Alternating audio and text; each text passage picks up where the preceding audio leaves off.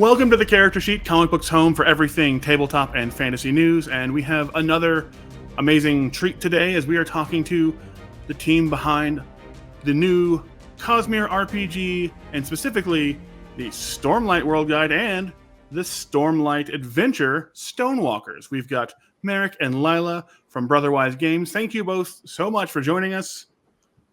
Happy to be here. Yeah, thanks for having us. We've been looking forward to this for quite some time, as you can possibly tell by the massive stack of unbuilt miniatures from the first campaign for Stormlight.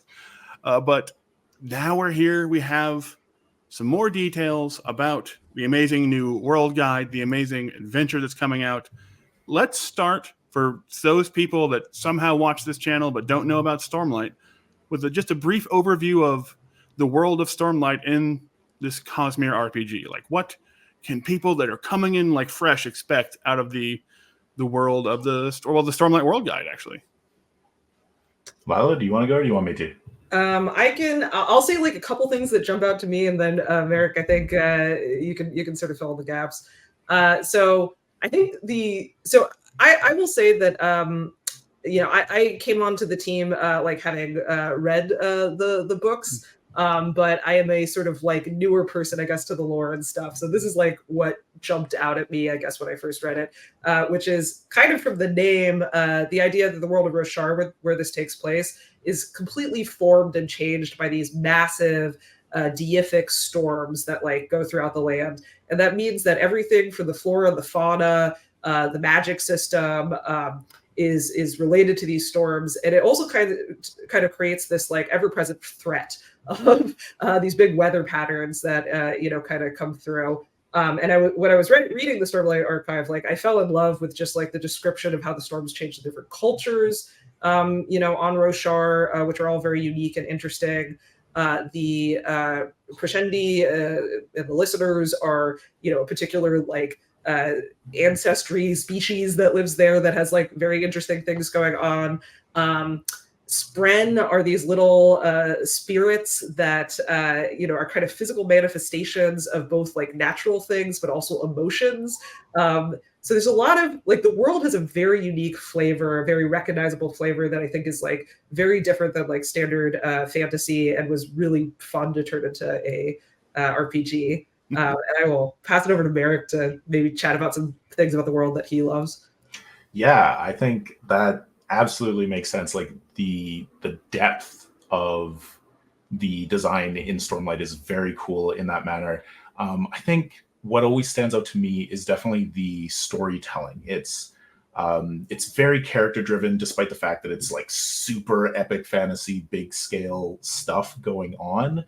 But because of the reliance on how Spren interact with the Knights Radiant, the sort of magic system here, that it's very personal. It's very driven by the accomplishments that the characters make and the way that their like internal growth changes throughout the series. And I think that translates incredibly well to a role-playing game where you're leveling up. That's fantastic. And speaking of those things, I mean, we should probably dive right into it. Like, two of the biggest mechanics in the novels that have been ported over to the game are the let's talk about the Knights Radiant and the Surgebenders. Basically, it's the people. There's sort of two different sides of this magic system coin, with the Spren kind of being, like you were saying, these almost like Eidolon-like characters that sort of can be harnessed. But how does that work in the game itself? What is if you're playing a Knight Radiant or if you're playing a Surgebinder, like what is the mechanical difference in game? Like, how does that look in the world of Stormlight, the RPG? Well, and there aren't any Surgebinders who are not Knights Radiant, unless you happen to pick up an Honor Blade. So in the game, you have your Spren, which is an NPC that's kind of shared between you and the GM. And like you get to determine how they react, the GM gets to determine how they react, and it grows alongside your character. And each of the individual Spren, the 9 sort of types that will come through the 9 playable orders of Knights Radiant, will have their own individual like morality scale and list of oaths that you need to accomplish to sort of like increase in your powers. And so if you are a windrunner, you're going to want to be protecting people and standing up for those who are disadvantaged.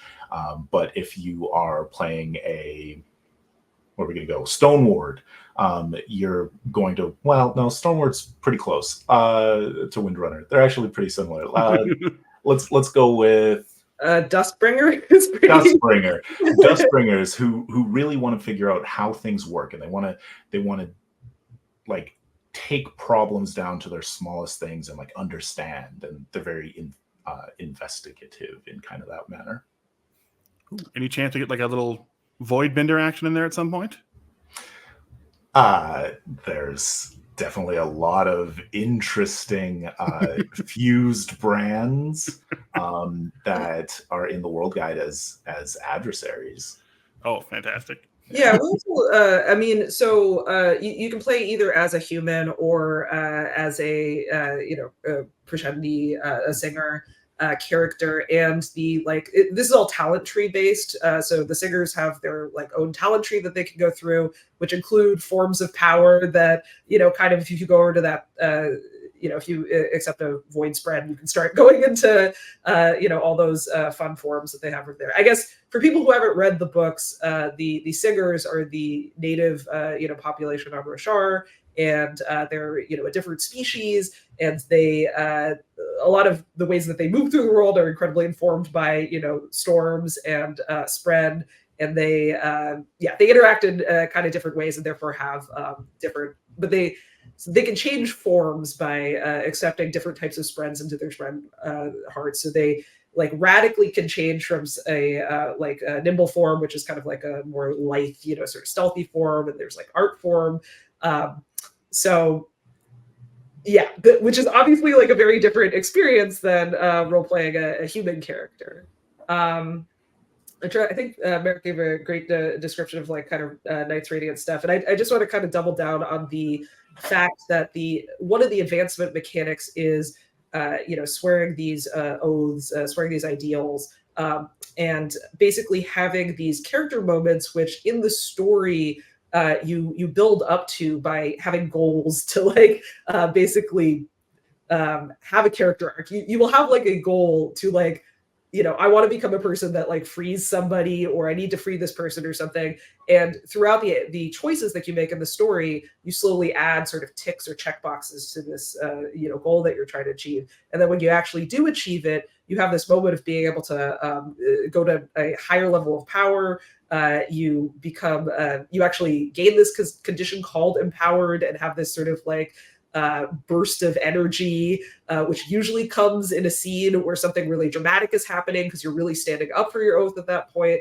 I think that, one of the things that the system does really well is kind of like marry the, advancement stuff with narratively what's happening, so that you can have these really impactful scenes where you get to do really cool stuff, kind of mechanically, because it represents a climactic moment for your character. Yeah, when we were demoing the game at Gen Con this year, there was one particularly really, really cool scene in sort of like this climactic battle where two of the players like swore their oaths and got this condition, and like the light in the players' eyes, like they were so excited. I was like, this is hitting. This is where we want to be. Oh, that's awesome. And I think the only other thing that, if you're talking about Stormlight, people are going to want to know, like how are we working in, like shard plates and like shard blades? Like how does the shard mechanic work in the world of Stormlight?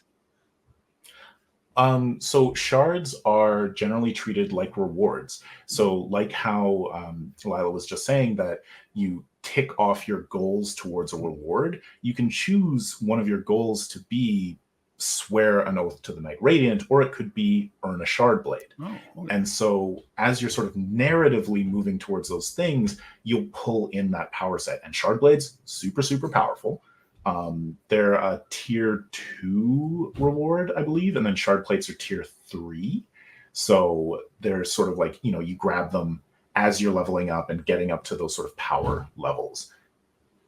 Well, Yeah, is there a risk? Oh, I'm sorry, I mean to cut you off. You had. Oh, I was just gonna say, like, Merrick should correct me because it's been a little bit since I've looked at like the exact stat blocks for them. But basically, like, it's much easier to, in the books when you hit somebody with a shard blade, it's like it cuts off all their nerve endings and it's very bad. So you'll have, your arm gets hit and it's not like a grazed wound. It's like literally you can't use your arm anymore. It's limp at your side. And that is represented. We have sort of injury mechanics that really get amped up if you're wielding a shard blade. So yeah, exactly. The shard blades deal damage to you and they ignore your armor. But if you take an injury, they have a separate table than the standard injury table. And just like in the novels, is there a risk that if you take enough hits on your shard plate, we get the cracks, you start to see the stormlight leaking out? Like, is that a mechanic that's built in? Yeah, the shard plates, very interesting. Their entry in the inventory section is quite large because there's a lot of cool things going on there. And it's like wearing power armor in fantasy. So you gotta make it pretty cool. And so one of the cool things that is launching with the Stormlight World Guide is, of course, the adventure, the Stonewalkers Adventure. Now, and Brandon Sanderson has said this is all going to be part of his living world for the Cosmere. So I guess let's start off by talking about how potentially could the Stonewalkers Adventure kind of like shape some of the narrative of Stormlight stuff to come. Like,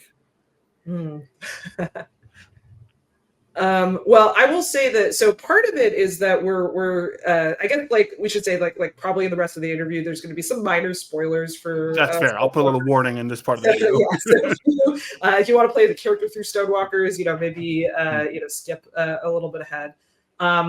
So and to some extent, we're kind of holding some big plot points and things in Stonewalkers close to our chest. The thing I can say that has been kind of stated publicly is that. So Brandon and Dan Wells worked on the outline for Stonewalkers and made sure that basically the story path, if you choose to do things in a particular way, can canonically fit into like a gap or sort of unknown sequence of events in the Stormlight archive series. So that's pretty cool. So. I guess when you're talking about like the major framework for the adventure, that's sort of what's going on. Can you repeat your question? Actually, I want to make sure that I actually answered. Oh, it's fine. I was just saying, like, is there the very real chance that like your adventure in Stonewalkers is going to be like the overarching adventure itself is going to be like a moment in the narrative of the Stormlight series going forward? Like whatever characters or moments happen in this event are going to be something that is potentially even referenced going forward in, the next cycle of Stormlight stuff. That's interesting. Possibly. I don't know, Merrick, if you have like thoughts about this. It basically like the canon, the books have like a beginning point that about, and they have an end point that about, and Stonewalkers, gives more detail with what happens in between with your characters, like playing a particular role. So yeah, I definitely think of it a lot like Dawn Shard or Edge Dancer, like particularly those novellas that are not necessary to the story, but you get to learn a little bit more about Lift and you get to learn a little bit more about Risen.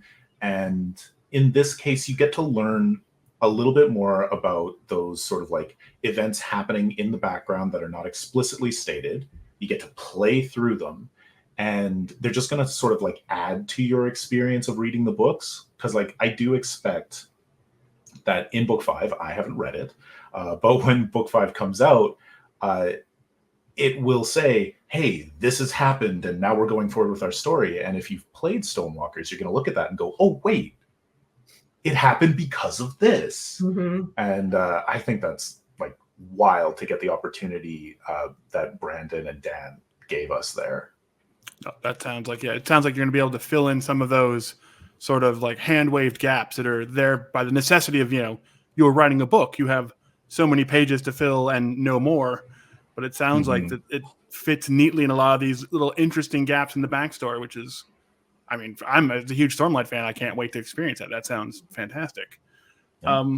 But now let's talk about a a person who often gets neglected in dealing with, new releases and new adventures. But so how is the GM experience going to be for running a game of Stonewalkers? Because a lot of times, I tend to judge a lot about an adventure based on how it's run, because I tend to be the forever GM in my group. But so what is a GM going to experience when they crack open Stonewalkers and start going through that adventure?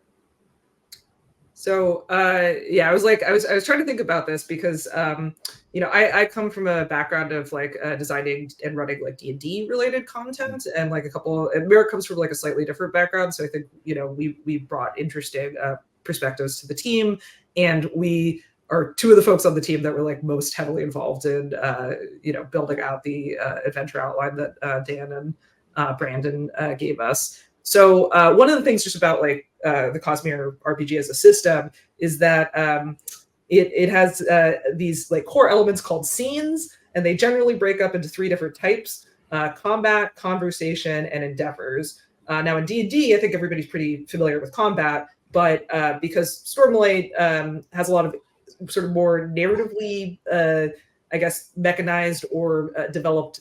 There's some interesting narrative stuff, I guess, that like Stormlight does. So, for example, a conversation is a like social heavy encounter where you're trying to convince somebody to do something or get some information out of them, and it is lightly mechanized with like the focus statistics that you have available to you, which is like a stat kind of similar to HP that you can sort of spend. And there's kind of frameworks on how to do these more like cinematic negotiations like you might have during the game. And then endeavors are basically kind of anything that's not a sort of social encounter or a strictly combat encounter. They are ways to do a kind of cinematic montage of all the characters sort of being badass in their different ways, or potentially not being badass and having interesting consequences come from it, of things like chase scenes, or like an infiltration, or even things like trying to solve going around town and trying to solve a mystery sort of thing. So because the handbook had kind of already provided us with these different buckets of things that the players could be doing, the adventure is very much structured in, it gives GM guidance about how to employ those 3 different types of scenes, which is different. We had to figure out how do we structure advice for a conversation, or how do we structure advice for a endeavor. So that is definitely one of the both tools and kind of maybe differences from other systems that you'll see in our system. Yeah, and I think that one of the things that GMs of a Cosmere RPG game are going to need to like practice and learn is how to transition very comfortably between those scenes, because like a conversation can go south and turn into a combat, and you don't want to make that a hard switch. That's not the intention. The intention is you're playing the game and you're making it organic, and like we give you this outline to deliver an incredible scene and experience for your players, but players do player things. So being comfortable with like going, this or the other direction, this combat, everybody's suddenly talking, let's switch to a conversation and let's start figuring out what people's intentions are here.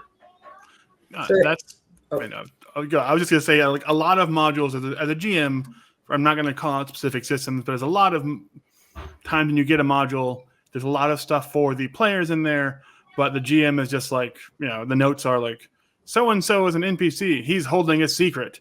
Roll a 13 or higher. He tells you the secret, and then there's just very little else.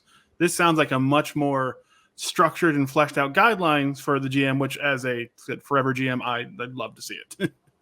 I guess the other thing that I wanted to say that kind of bounces off both of what you and Merrick were talking about is, so I think there's been like some videos and like explanation that one of the core things in the Cosmere RPG is this is a thing called raising the stakes on the plot die, which is basically a D6 dice. You can either do it with just like a normal standard 6-sided dice, or there's custom dice if you want to have that, which maybe Merrick is grabbing right now. Okay. Oh, there we go. There we go. So there's the you got blanks on 2 sides, you have opportunity on 2 sides, and then you have complications with a +2 bonus or a +4 bonus. Very nice. So basically, when a character is making a roll that you kind of know this is like something that's pretty important, essentially the stakes are high on the roll, and you want to add like a little bit of pizzazz, you will tell them to roll with the plot die. And as Merrick just showed, you can either get a blank, which means that nothing extra happens, or you can get something called a complication or something called an opportunity. And if you get a complication, that's exactly like what it sounds like. You can still succeed in what you were trying to do, but something else interesting goes awry. The story bends in some direction, that you weren't expecting. Similarly, with the opportunity, that is a bend in a positive direction for the player, but it might not be exactly what they were, intending to do. But some little chance or window or something opens up. How this relates to the overall conversation about GMing is I think that this is one of the new, fun, interesting things that we kind of put in the GM's toolbox that they can play around with, is kind of like the permission to add these little story twists, as when you're rolling this die. And in particular with the Stonewalkers Adventure, that was another element that we knew that we wanted to provide GM, support for. So we know we're giving you a really, really cool, like saucy scene. You're probably going to be rolling this plot die. If you're a newer GM or just newer also to the Cosmere RPG, and you're learning, I guess, how to kind of come up with these complications and opportunities, we as the adventure writers, came in there with some interesting little, things that you could throw into the particular combat or endeavor that you might be running, that will take things in a different direction. Yeah. Cool. Well, then let's see. I know we're getting close to our time here, but is there anything that you want to, because I want to make sure that we don't leave anything out. Is there anything that you want to make sure that, fans or people considering picking up the Stormlight RPG or the Cosmere RPG bundle as a whole need to know about the Stonewalkers Adventure? Like, is there something that you're like a great moment you're really proud of, or is there just like, something you want to make sure that they know, that they have an idea of before they, crack the book for the first time? I know mine. Go for it, Merrick. All right. I think one of the coolest scenes that we have seen in the Stormlight books is, the dueling scene with Adolin and that stuff, not to get into too many spoilers. But I think if that was something that you really were excited for, like shards and people fighting back and forth, there's a particular scene later in the campaign where you get to do a cool combat against some really intense opponents.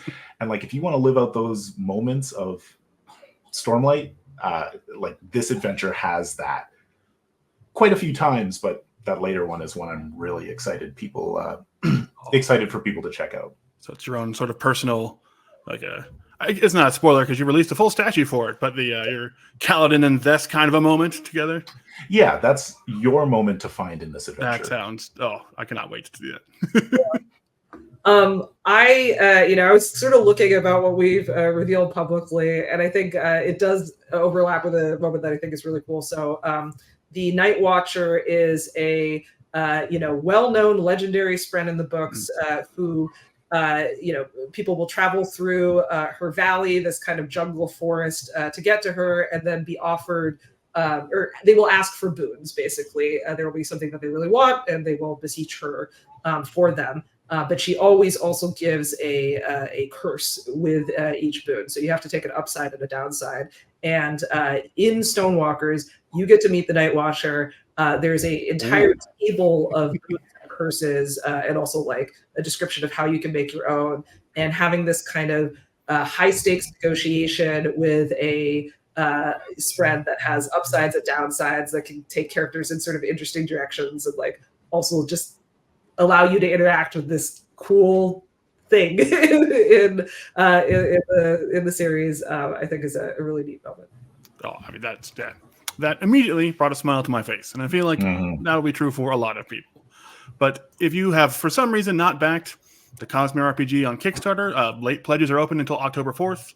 Go, take that safe hand, go click on that button, and make sure you get that taken care of while you still can. Guys, thank you so much for your time. It's been amazing and fascinating to hear about all the little nuances about the Stormlight World Guide and, of course, the Stonewalkers Adventure.